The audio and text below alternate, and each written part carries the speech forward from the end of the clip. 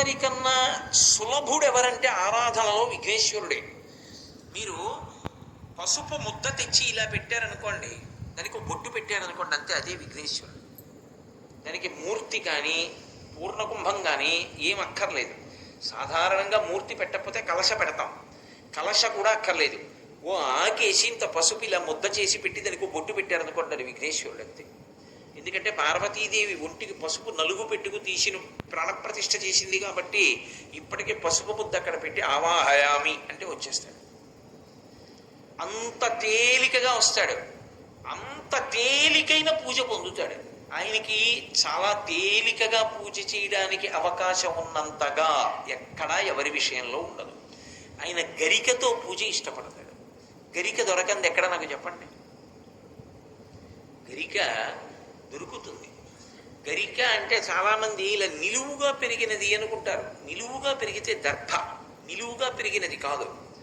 శతమూల శతాంకుర సర్వగం హరతు మే పాపం దుర్వాదు స్వప్ననాశిని అంటారు. దుర్వాంకురములు అంటారు.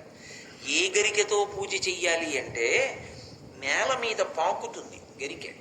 చూడండి, ఇలా ముందుకొస్తుంది, వేర్లు దింపుకుంటుంది. ఇలా కొంచెం ముందుకెడుతుంది, వేర్లు దింపుతుంది. ఇంకొంచెం ముందుకెడుతుంది, వేర్లు దింపుతుంది.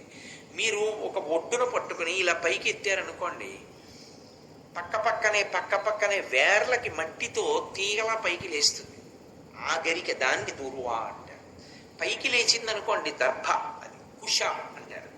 అవి దర్భల కట్ట కింద ఉపయోగపడతాయి. ఆ గరిక కాదు. ఏ గరికతో పూజ చేయాలి అంటే నిజానికి నేల మీద పాకిన గరిక శ్రేష్టం. అది ఎందుచేత అంటే వంశాభివృద్ధిని సూచిస్తుంది. నేను మా నాన్నగారికి కొడుకుని, ఒకప్పుడు బ్రహ్మచారిని. కానీ మా నాన్నగారికి ఏముంటుంది కోరిక? నా వంశం వృద్ధి చెందడం చూడాలి, నాకు మనవడు పుడితే చూడాలని ఆయన అనుకుంటారు కదా. నేను ఎప్పుడూ బ్రహ్మచారిగా ఉండిపోయాను అనుకోండి, మా నాన్నగారికి బాధగా ఉంటుందా ఉండదా? వాడు పెళ్లి చేసుకోలేదు, నేను వంశం చూడలేదు, ఉన్నది ఒక్క కొడుకు లేదా ఇద్దరు కొడుకులు, ఆ కొడుకు ఒకడు పెళ్లి చేసుకోలేదు, నా వంశం పెరగట్లేదని బెగబెట్టుకుంటారు. నేను పెళ్లి చేసుకుని నేను కొడుకునికి అన్నాను అనుకోండి, ఇంతకుముందు మా నాన్నగారు తర్వాత నేను కొడుకు, ఇప్పుడు నేను నాన్నగారు, నా కొడుకు తర్వాత నా కొడుకు పెళ్లి చేసుకున్నాడు. నా కొడుకు పెళ్లి చేసుకుని అలా ఉంటే నాకు సంతోషంగా ఉంటుందా? వాడికి ఒక కొడుకు పుట్టాలి, వాడు నాన్నగారు. ఇప్పుడు ఒకడు కొడుకు నాన్నగారు. ఇది గరిక. వేళ్ళుంటాయి, తండ్రి ముందుకొచ్చింది, కొడుకు మళ్ళీ వేళ్ళు పెట్టింది, ముందుకెళ్ళింది. అందుకే పిల్లలు లేని వాళ్ళు ఇప్పటికీ కూడా వేదంలో ఒక విషయం ఉంది. పిల్లలు లేని వాళ్ళు స్నానం చేసి ఒక్కసారి ఆ మంత్రంతో గరికని ముట్టుకున్నా ఆ గరికని పరిశుభ్రంగా తీసుకొచ్చి తల మీద పెట్టి స్నానం చేసిన పిల్లలు పుడతారు. నేను చెప్పట్లేదు సుమండి, వేదంలో ఉంది ఆ విషయం. అటువంటి గరికతో పూజ చేస్తే చాలు, ఆయన సంతోషపడిపోతాడు. ఇప్పటికీ లోకంలో శాస్త్రం ఏమిటంటే, ఎప్పుడైనా సరే ఏదైనా అకస్మాత్తుగా చూడకూడనిది చూసామనుకోండి, అలా చూడకూడదు, పాపం జరిగింది. ఎలా? ఇప్పటికిప్పుడు స్నానం చేయడానికి అవకాశం లేదు, ఎలాగ మరి? చాలా దోషభూయిష్టమైన విషయం చూసానే, ఈ పాపం పోవాలంటే అనుకున్నాను అనుకోండి, వెంటనే ఏమిటంటే గరికిని ముట్టుకుంటే చాలు. తీవ్రమైనటువంటి పీడకలు వచ్చిందనుకోండి, ఆ పీడకల పరిహారం అవ్వాలనుకోండి, ఏ అభిషేకమో చేయించుకోవాలి. శక్తి లేదనుకోండి, మీరు అన్ని పూజలు చేయించుకున్నట్టే. స్నానం చేసి ఒకసారి గరికని ముట్టుకుంటే చాలు. స్నానం చేయకపోయినా చెప్పులు ఇప్పి గరికను ఒకసారి ముట్టుకుంటే చాలు. అందుకే శతమూలా శతాంకురా సర్వగం హరతు మే పాపం దుర్వాదు స్వప్ననాశిని. ఓ శతమూలా శతాంకురా, నువ్వు అనేకమైన వేర్లతో ముందుకెడుతూ ఉంటావు. అటువంటి అంకుర నిన్ను ముట్టుకుంటున్నాను, దీనివల్ల ఏమవుతోంది? సర్వగం హరతు మే పాపం, నా పాపములన్నీ పోతున్నాయి. దుస్వప్ననాశిని, దుస్వప్నములు పీడకల యొక్క ఫలితము పోతోంది. అటువంటి గరిక విఘ్నేశ్వరుడి పాదముల మీద వేసి తీసి కళ్ళకద్దుకుని తల మీద పెట్టుకున్నారనుకోండి, విఘ్నములనన్నిటినీ కూడా తీసేస్తాడు. రెండు, సింధూరం తీసి ఆయన గండస్థలానికి ఇలా అలదారనుకోండి. సాధారణంగా విఘ్నేశ్వర పూజ చేసేటప్పుడు ఏం చేస్తారంటే అంత పూజ చేస్తారు, కానీ ఆయన బొగ్గలకి సింధూరం రాయరు. అలా పూజ చెయ్యకూడదు అని శాస్త్రం. మిగిలిన వాళ్ళకి బొట్టు పెడతాం, విఘ్నేశ్వరుడికి కూడా బొట్టు పెడతాం, కానీ విఘ్నేశ్వరుడికైతే గండస్థలం మీద ఈ రెండు పక్కల కొంచెం సింధూరం రాసి పూజ చేయాలి. హనుమకైతే పాదముల మీద సింధూరం వెయ్యాలి. పూజకి మొట్టమొదటి వాడెవరో ఆయనకి సింధూరంతో పూజ. ముందు గండస్థలానికి అంటే బుగ్గలకి రాస్తాం. చిట్ట చివర మంగళహారతి దగ్గర హనుమ ఆయన పాదముల మీద సింధూరం వేస్తాం. పూజ మొదటి వాడికి పూజ చివరి వాడికి సింధూరంతో పూజ ఉంది, ఇంకా మధ్యలో లేదు. అమ్మవారికి వాళ్ళకి పాపట ప్రారంభంలో సింధూరం పెడతారు. అందుకే శృతి సీమంత సింధూరి కృతపాదబ్జధూళిక అని లలితా సహస్రంలో నామం. అదే ప్రాతస్మరామి గణనాథ మనాథ బంధుం సింధూరపూర పరిశోభిత గండ యుగ్మం ఉద్దండ విఘ్న పరిఖండ నచండ దండ మాఖండలాది సురనాయక బృంద వంద్యం అని ఇప్పటికీ శ్రీశైలంలో సుప్రభాతం జరిగితే మొట్టమొదట ఈ శ్లోకం చెప్తారు. ప్రాతస్మరామి గణనాథ మనాథ బంధుం. ప్రాతస్మరామి తెల్లవారుజామున నేను మొట్టమొదట విఘ్నేశ్వరుణ్ణి స్మరిస్తున్నాను. ఆయన అనాథనాథుడు. అనాథనాథం ఇటువంటి వాడు అంటే ప్రాతస్మరామి గణనాథ మనాథ బంధుం సింధూరపూర పరిశోభిత గండ యుగ్మం.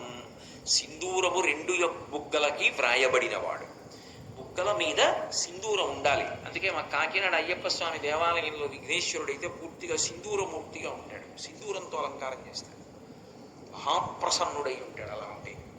కాబట్టి సింధూరపూర పరిశోభిత గండ యుగ్మం ఉద్దండ విఘ్న పరిఖండ నజండ దండ మాఖండలాది సురనాయక బృంద వంద్యం అంటాం.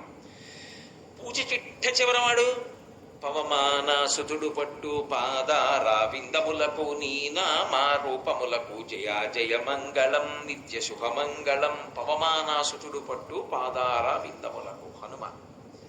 ఆ హనుమ పేరు చెప్తే హనుమకి మళ్ళీ సింధూరంతో పూజ.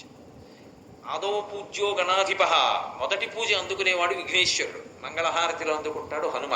ఇద్దరికీ సింధూరంతో పూజ. ఆ సింధూరం బొట్టు పెట్టుకుని గరిక తల మీద పెట్టుకుంటే చాలు, సమస్త దోషములను నివారిస్తాడు. అంటే మళ్ళీ వెనక్కి రండి జాగ్రత్తగా. ఇదంతా మీకు ఎందుకు చెప్పానంటే పిల్లవాడు ఎలా ఎప్పుడూ సంతోషంగా ఉంటాడో నృత్యం చేస్తాడో అలా అవతలవాడు తన తప్పు తెలుసుకున్నంత మాత్రం చేత తాను సంతోషంతో నృత్యం చేస్తాడు విఘ్నేశ్వరుడు. అంత ప్రసన్న హృదయుడు, అంత తొందరగా క్షమాభిక్ష పెట్టేస్తాడు. మిగిలిన వాళ్ళ దగ్గరికి వెడితే ఓ మాట చెప్తాం, అజ్ఞానినా మయా దోషాన శేషాన్ విహితాన్ హరే క్షమస్వత్వం క్షమస్వత్వం శేషశైల శిఖామణే అంటాం. ఓ వెంకటేశ్వర, నేను ఎన్నో తప్పులు చేశాను, ఇన్ని అశేషాన్ లెక్క పెట్టడానికి వీలు లేదు. క్షమస్వత్వం క్షమస్వత్వం, వాటిని క్షమించు క్షమించు అంటాం. పరమశివుడి దగ్గరికి వెడితే క్షంతవ్యోమీపరాధ శివ శివ శంభో మహాదేవ శంభో అంటాం. క్షంతవ్యోమీపరాధ, ఎన్ని అపరాధాలు చేశానో శివ క్షమించు అంటాం. గణపతి దగ్గరికి వెడితే క్షమించు అని అడగక్కర్లేదు. ఆయన దగ్గరికి వెడితే ఏమిటో తెలుసా, రెండు చేస్తే చాలు ప్రసన్నుడైపోతాడు. ఒకటి ఇలా ఇలా ఇలా అంటే చాలు. మిటికలు ఈ రెండు కణతల మీద 3 మాటలు కొడితే ఆయనకి సంతోషం. ఇలా కూడా అనక్కర్లేదు ఆయన దగ్గర. ఇలా కొట్టి ఈ చేతి మీద కుడి చేయి పైకి వచ్చేట్టు ఎడం చేయి కిందకు ఉండేటట్టు పెట్టి కుడి చేత్తో ఈ చెవి చివరిని ఎడం చేత్తో ఈ చెవి చివరిని పట్టుకుని 3 మాటలు గుంజీలు తీస్తే ప్రసన్నుడైపోతాడు.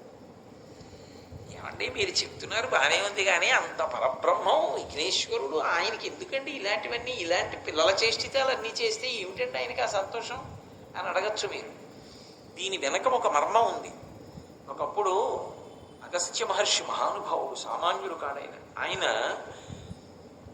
దక్షిణ దేశంలో ద్రవిడ దేశం దగ్గర ఒక పర్వతం మీద కూర్చొని తపస్సు చేస్తున్నాడు. ద్రవిడ దేశం వాళ్ళకి కావేరీ నదే ప్రధానమైనటువంటి నది, మిగిలినవి ఎక్కువ నదులు లేవు. వాళ్ళందరూ కూడా కావేరీ నది మీద ఆధారపడతారు. అప్పటికి కావేరీ నది లేదు, వాళ్ళకి నీళ్లు లేక ఇబ్బంది పడుతున్నారు. ఇప్పటికీ మీరు చూడండి, అందుకే ద్రవిడ దేశంలో ఒక అలవాటు ఉంది, వీధి వీధిన విఘ్నేశ్వర దేవాలయాలు ఉంటాయి. వీధి వీధిన. అక్కడ మీకు ఇంకొక చమత్కారం ఏమిటో తెలుసా, ఇప్పుడు ఆ అలవాటు తగ్గిపోయింది, కానీ పూర్వం ఒక అలవాటు ఉండేది. దొంగతనం చేసిన విఘ్నేశ్వర విగ్రహాన్ని ప్రతిష్ఠ చేస్తే బాగా ఫలితాలు ఇస్తుంది. అందుకని ఏం చేస్తారంటే వీధిలో ఎక్కడ చూసినా విఘ్నేశ్వరుడి దేవాలయాలేగా, వాళ్ళెవరో ఆ చెట్టు కింద విఘ్నేశ్వరుడు మూర్తిని ఎట్టాలంటే ఈ మూర్తిని ఎత్తుకుపోతారు. అందుకని ఏం చేస్తారంటే మన మూర్తిని ఎత్తుకుపోతారేమో అని ఆ చుట్టుపక్కల ఉన్న వాళ్ళందరూ ఆ విఘ్నేశ్వరుడిని చూసుకుంటూ ఉంటారు భక్తితోటి. అదో చమత్కారమైన సిద్ధాంతం. ఎక్కడ చూడండి పిళ్ళయార్ పిళ్ళయార్ పిళ్ళయార్, మురుగన్ మురుగన్ మురుగన్ అని సుబ్రహ్మణ్యుడే తమిళదేశంలో. ఎక్కడ చూసినా విఘ్నేశ్వరుడి ఆరాధన. మీరు చూడండి తమిళదేశంలో ఎక్కడ చూసినా విఘ్నేశ్వరుడి ఆరాధన ఉంటుంది. ఆయన్ని ప్రార్థన చేశారు వాళ్ళందరూ, స్వామి మాకు మంచినీళ్లు లేవు ఇప్పించండి అన్నారు.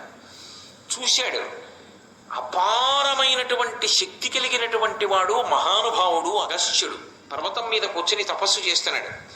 ఆయన కమండలం కానీ కింద పడిపోయిందా, అందులోంచి వస్తున్నటువంటి జలం ఆగదు, పెద్ద ప్రవాహం కింద పెడుతుంది. ఎందుకంటే ఆయన శక్తి అటువంటిది. ఒకప్పుడు శంకర భగవత్పాదులు తన కమండలంలోకి నర్మదా నది వరదలన్నింటినీ పట్టేశారు. వాళ్ళ యోగశక్తి అటువంటిది. అగస్త్యుడు అటువంటి వాడు. ఆయన కమండలంలో నీళ్లు కింద పడ్డాయా, ఒక మహానది కింద ప్రవహిస్తుంది. ఆ కమండలాన్ని పడగొట్టాలి. ఎవరెడతారు? ఆయన దగ్గరికి వెళ్ళి ఆయన కమండలం పడగొట్టడమే. ఆయన జపం చేసుకుంటున్నాడు. విఘ్నేశ్వరుడు ఏమీ తెలియని వాళ్ళ చిన్నపిల్లాడి రూపంలో వెళ్ళి కమండలం కింద పడేశాడు. ఆ కమండలంలో నీళ్ళన్నీ ఒలికిపోయి ఒక మహానదీ ప్రవాహం కింద, కావేరీ నదీ ప్రవాహం కింద వెళ్ళింది. అగస్త్య మహర్షి చప్పుడైందని ఇలా చూశాడు. కమండలం ఒలికిపోయి నీళ్ళన్నీ ఒలికిపోయి ఎవడ్రా అని చూశాడు. దూరంగా అగస్త్య మహర్షి లావుగా పొట్టిగా ఉంటారు, విఘ్నేశ్వరుడు లావుగా పొట్టిగా ఉంటాడు. పిల్లవాడి రూపంలో పరిగెడుతున్నాడు. ఈ పిల్లాన్ని పట్టుకుని కొట్టేస్తాను, నా కమండలం పడేశాడని వెనకాతల పరిగెత్తాడు. పరిగెత్తి పరిగెత్తి దగ్గరికి వెళ్ళి చెయ్యట్టుకుని చూసేటప్పటికీ విఘ్నేశ్వరుడిగా సాక్షాత్కరించాడు. కనపడేటప్పటికి అమ్మ బాబోయ్, పరమశివుని కుమారుడు పరబ్రహ్మం విఘ్నేశ్వరుడని చెప్పి అంత పెద్ద ఆయన సంతోషంతో ఏం చేశాడంటే, స్వామి పొరపాటు అయిపోయిందని ఇలా ఇలా ఇలా అప్పుడు వరం ఇచ్చాడు. ఇలా ఎవరన్నా క్షమించేస్తానన్నాడు. అందుకే మొదట అగస్త్యుడు ఇలా మిటికెలు కొట్టుకున్నాడు. అప్పటి నుంచి ఇప్పటికే అంతే. ఆయన దగ్గరికి వెడితే ఇలా అంటే చాలు.